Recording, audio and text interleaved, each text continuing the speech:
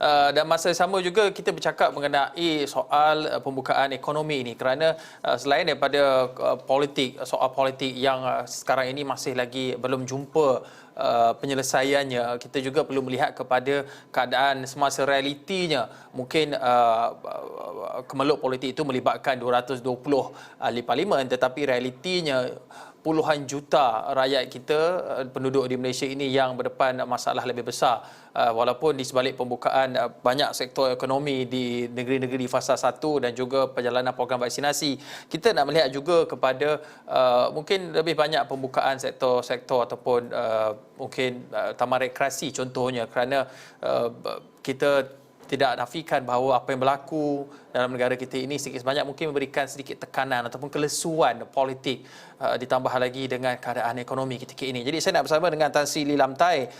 Selamat tengah hari, Tan Sri. Ya, selamat tengah hari, Hakim. Tan Sri, kita lihat ada 11 sektor yang diumumkan dibuka bermula semalam. Antaranya perniagaan perusahaan kedai gunting rambut, elektrik dan elektronik, dan juga pakaian. Mungkin kita melihat kepada pembukaan taman rekreasi, kerana sebelum ini kita dimaklumkan bahawa yang boleh beroperasi, kita boleh melakukan aktiviti riadah, tapi aktiviti riadah yang sendiri, tidak melibatkan aktiviti berkumpulan. Tapi mungkin boleh dilihat dari sudut keperluan untuk membuka taman rekreasi ini. Ya, ingin saya menyatakan di sini bahawa keputusan yang dibuat oleh pihak kerajaan untuk membuka semula 11 aktiviti ekonomi dalam bidang perniagaan adalah satu keputusan yang ditunggu-tunggukan, memandangkan bahawa selama inilah memang ada banyak itu sektor yang terkesan memandangkan kepada pelaksanaan PKP dan juga SOP-SOP yang berkenaan.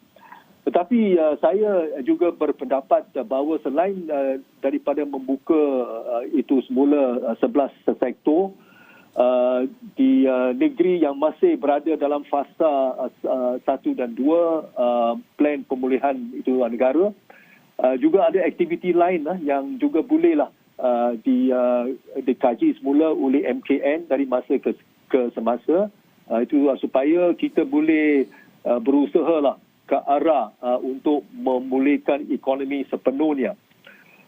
Yang paling penting saya rasa ini ada berkaitan dengan program vaksinasi, dan itu kenyataan yang dibuatlah oleh ini Perdana Menteri caretaker semalam, bahawa program vaksinasi akan diteruskan, tidak ada gangguan dan itu sebagainya. Saya rasa ini adalah satu berita yang amat baiklah untuk seluruh rakyat itu Malaysia, bahawa vaksinasi ini merupakan perkara yang amat penting untuk menentukan pemulihan aktiviti ekonomi itu negara kita.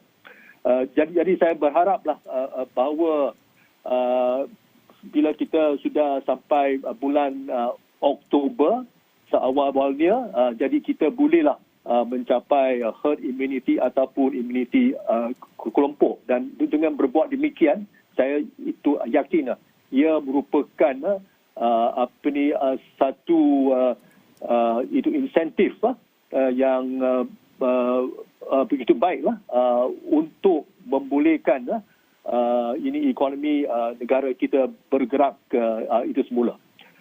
Berkaitan dengan itu taman itu rekreasi beriadah, jadilah ini pun telah itu umumkan. Tetapi saya dipahamkan bahawa masih ada sebahagian itu taman itu rekreasi yang tidak dapat itu buka itu semula, itu tanpa memberikan apa-apa itu sebab.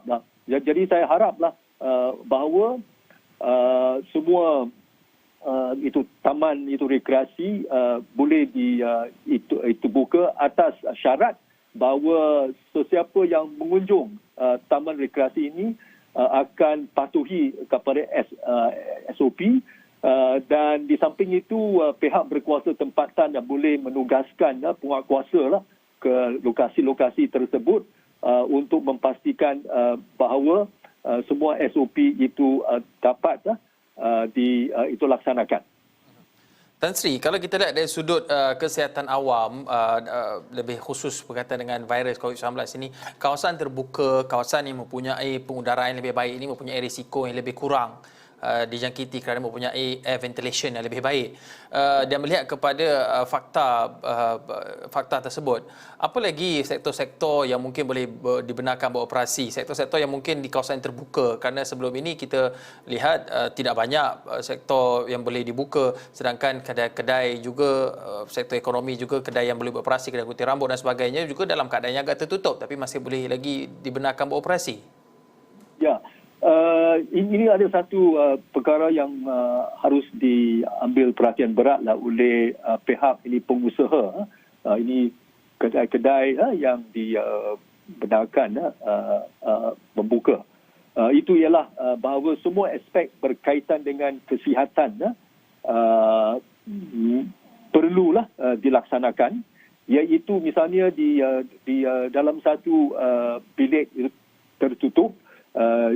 Jadilah yang dikatakan tadi aspek ventilasi ini sangat itu penting, dan saya haraplah bahawa pihak itu operator mereka akan mengkaji sejauh mana apabila sesuatu tempat itu dibenarkan operasi, jadilah mereka juga memainkan itu peranan untuk menentukan bahawa semua SOP dapat itu patuhi.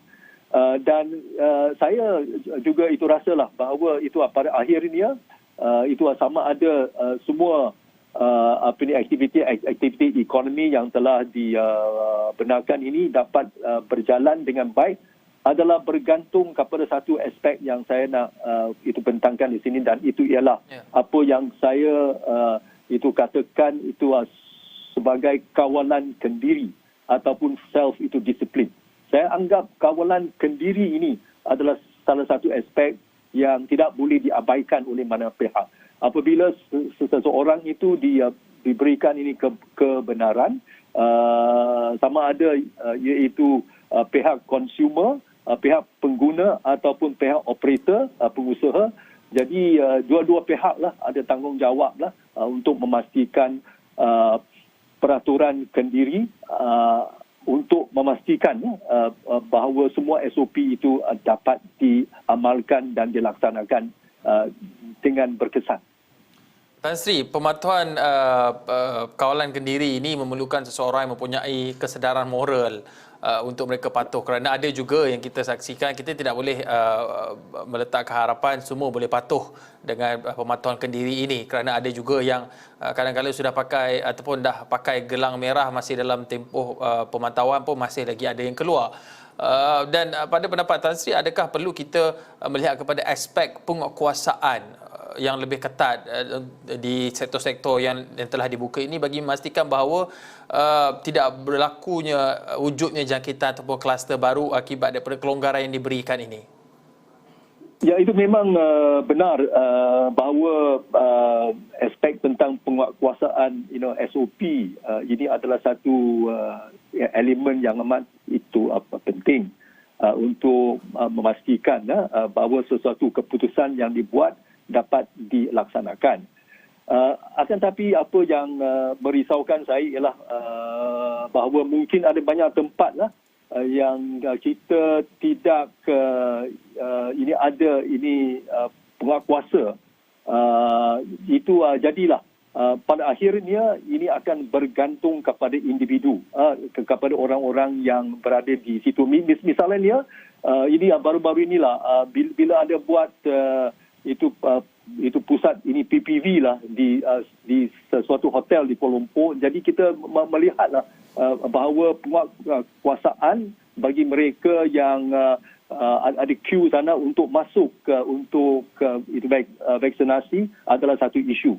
So itu jadilah penguatkuasaan memang itu penting, tetapi di mana kalau kita tidak cukup penguatkuasaan, pada akhirnya kita nak bergantung kepada diri sendiri.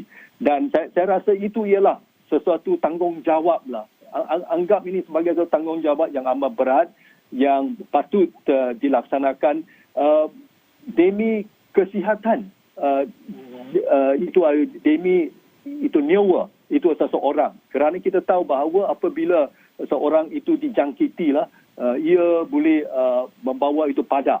Itu jadi pada akhirnya itu disiplin, self disiplin adalah satu perkara yang saya memang ingin itu tegaskan, dan saya rasa kalau semua pihak lah boleh mengamalkan ini, jadilah saya rasa kita bolehlah dengan lebih itu cepat untuk